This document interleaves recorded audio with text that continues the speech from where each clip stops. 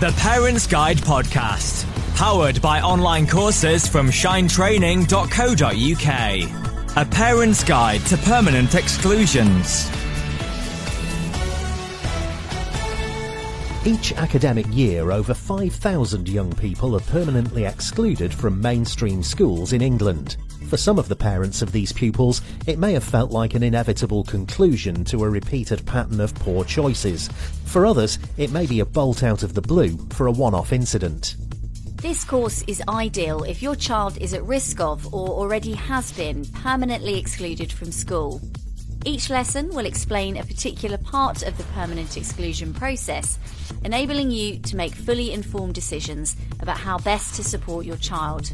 Along the way, you will find links to the latest guidance from the Department for Education, information about what a child can be permanently excluded for, and how best to represent your child at the Pupil Disciplinary Committee meeting, which will review the head teacher's decision to exclude them. For more information, visit us online at permanentexclusion.co.uk. We hope you enjoy the course.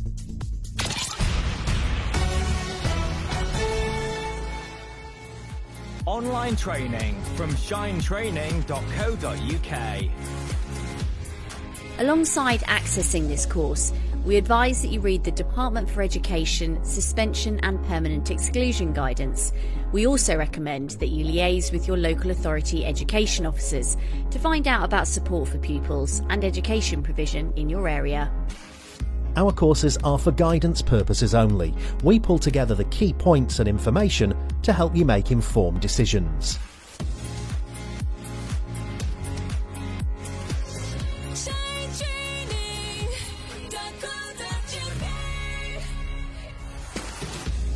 A permanent exclusion can only be issued in response to a serious breach or persistent breaches of the school's behaviour policy, and where allowing the pupil to remain in school would seriously harm the education or welfare of the pupil or others such as staff or pupils in the school.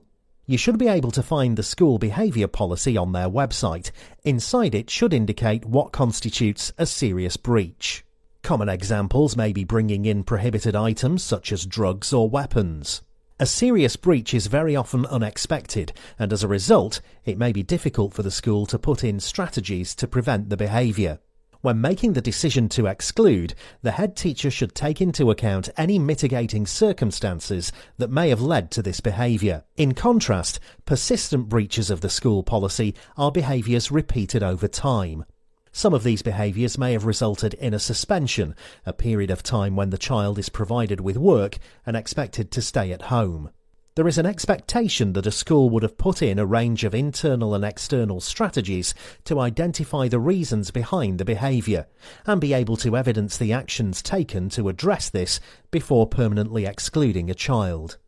An external assessment, for example from an education psychologist, may provide the school with some recommendations that can be put in place to support the pupil. A reasonable expectation would be that the school had spent a sustained period of time implementing any recommendations they've been given and were able to provide evidence of this. If your child is permanently excluded from school, the local authority where you live is responsible for providing education from the 6th school day. Up until this point, their school should provide work for them to complete. The local authority will work alongside its education provider, which may be referred to as an alternative provision, AP, or pupil referral unit, PRU. The provider will ensure that your child has access to education and will also work with the local authority to identify the next best steps for your child. During this process, you have the right to apply for a place at another school. It is, though, worth considering how beneficial this will be in the long term. It is important that time is provided to address any needs that your child may have to give them the best chance of maintaining their place in another school or assessing the next step in their education journey. It may be that during the time at the alternative provision, your child is assessed for an Education, Health and Care Plan, or EHCP. This process involves exploring any barriers to learning that your child may have and could result in a plan outlining additional support or even a specialist setting to attend, which is more suited to their needs.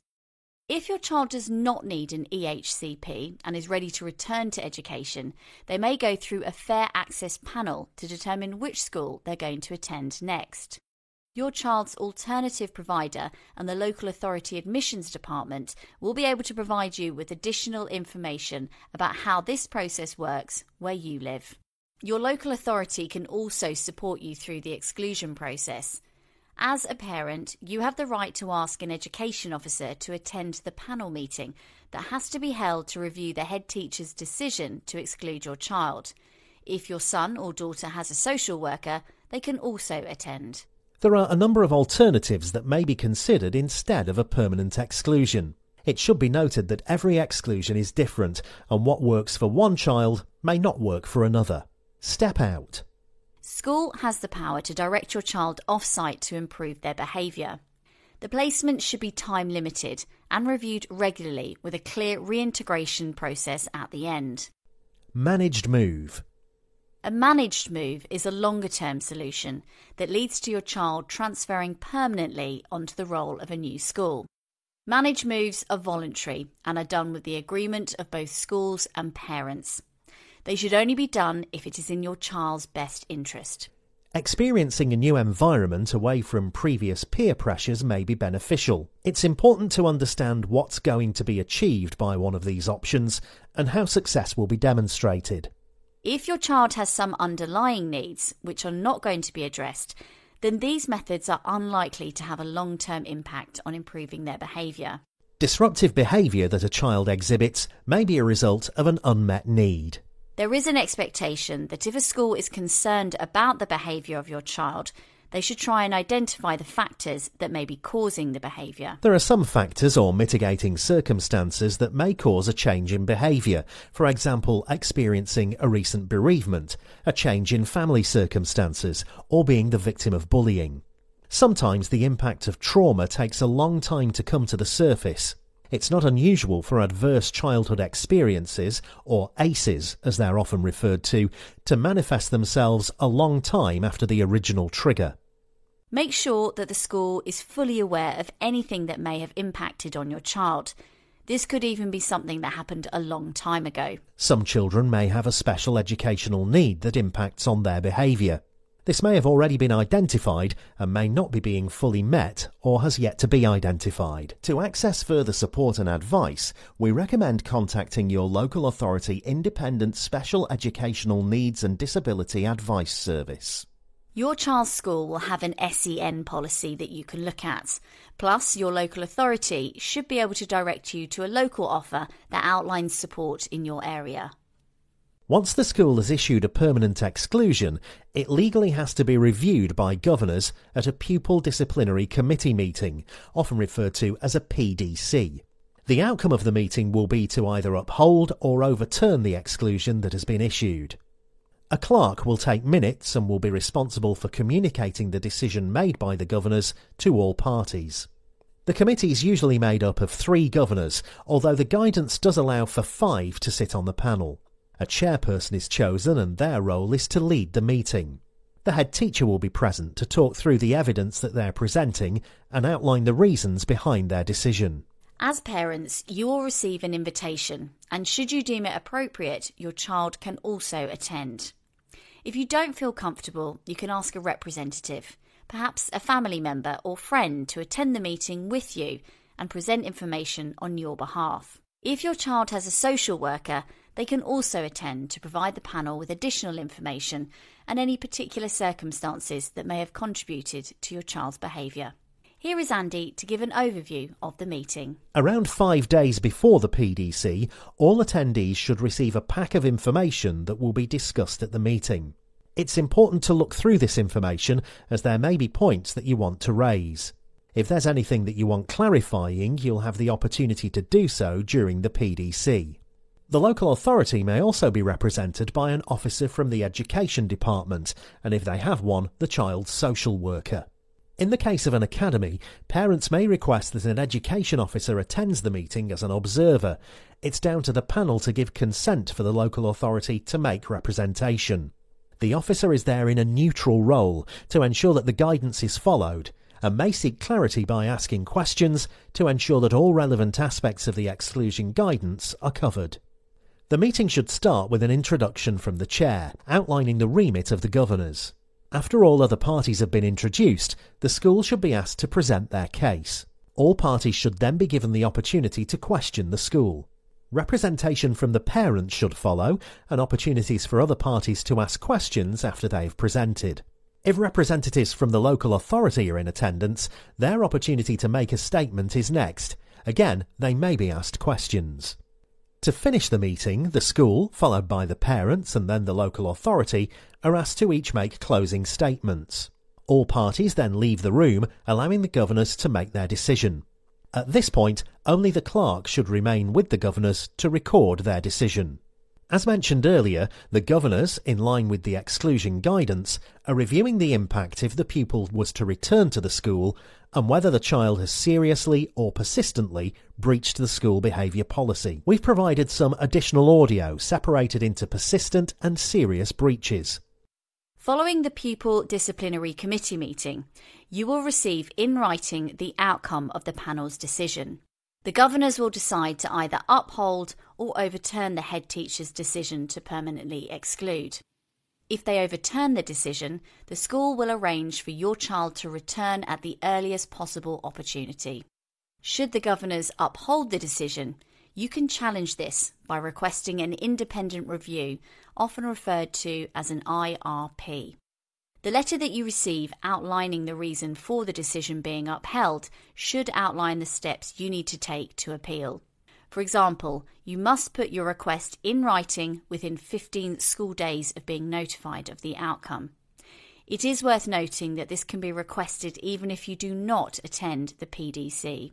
An independent review panel comprises of 3 people, a layperson, a head teacher and a governor. All should have up-to-date training in the exclusion guidance.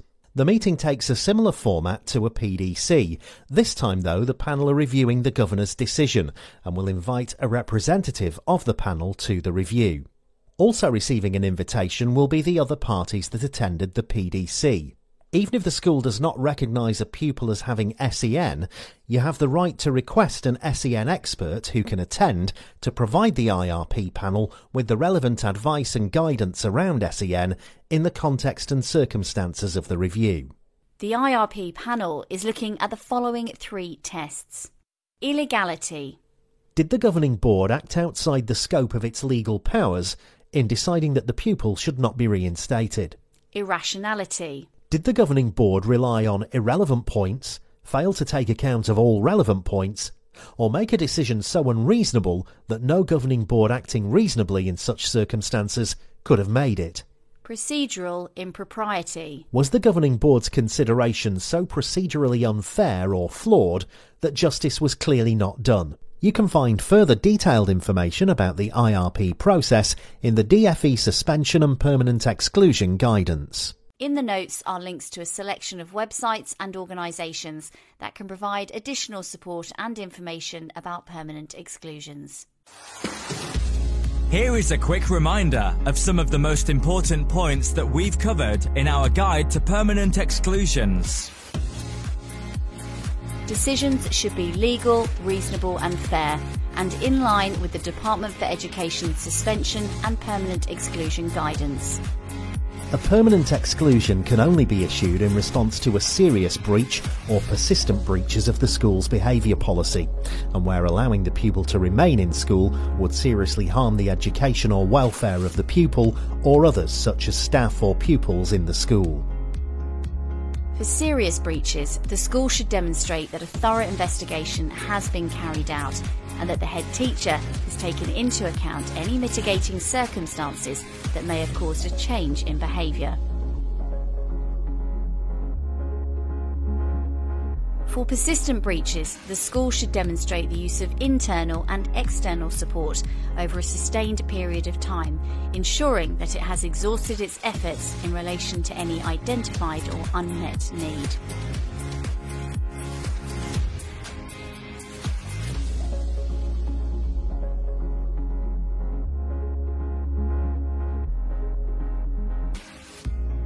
If, as parents, you don't believe the exclusion guidance was followed, you can request an independent review.